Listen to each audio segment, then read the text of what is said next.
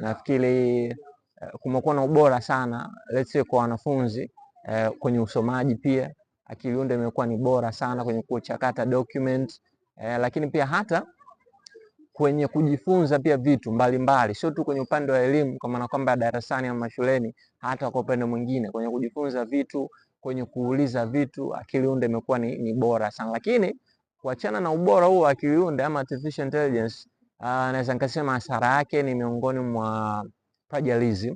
Kumekuwa na plagiarism kwa maana kwamba watu wanaweza wakakopi kile ambacho artificial intelligence inakiprovide. Sasa hii inapelekea watu kuwa dormant kwenye kufikiri na kufanya mambo. Kwa naweza nikasema utegemezi umekuwa mkubwa sana kwenye creativity, kwenye ubobezi ama kwenye kuboresha mambo.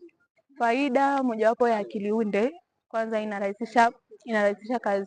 Kwa mfano kuna kitu unataka kukiandaa au kuna barua unataka kuiandaa, ukiingiza kwenye akili unde ukaiambia naomba bwana unisaidie kuandaa hii barua, inakuwa ni rahisi wewe kufanyaje kuipata kwa haraka. Kwa hiyo inakurahisishia kazi. Lakini hasara mojawapo ya akili unde, inafanya watu wawe wavivu, wawe laziness. Ndio kama hivyo, ilikuwa unatakiwa uandike ili upate experience ya kuandika na uwe mbunifu, lakini kupitia akili unde unakuwa unarahisisha kazi zako, kwa hiyo inakufanya wewe usiwe mbunifu na uwe mvivu. Hii imeleta faida kubwa baina ya vijana. Vijana wengi wameweza kuonyesha uwezo wao jinsi ya kufanya integration na zile akili nemba, mfano kama robotics zinazotumika kurahisisha kazi. Lakini pia hasara ambayo imeweza kuleta, watu wengi wamekosa kazi. Mfano kuna watu walikuwa wakitumia kompyuta, lakini sasa hivi so far vitu vingi vimekuwa more systematically. Akili nemba imeweza kurahisisha kazi, inakuwa programmed na inaweza kufanya kazi zaidi ya moja. Asante. Tukianza na faida za akili unde ni kwamba inarahisisha kazi.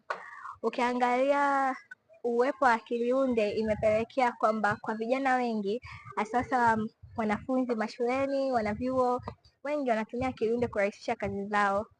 Ukipewa kazi ukiweka pale chap inakuletea majibu. Hasara ni nyingi kuliko faida za akili unde. Kwanza, hasara mojawapo ni kwamba inapelekea uvivu.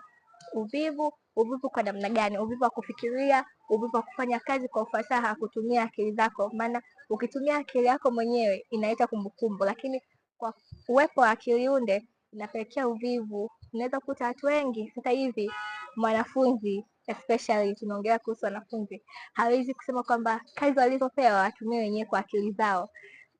Wanaingiza katika akili unde, inaletea majibu. Kwa hiyo inapelekea uvivu wa wanafunzi wengi katika kufikiria.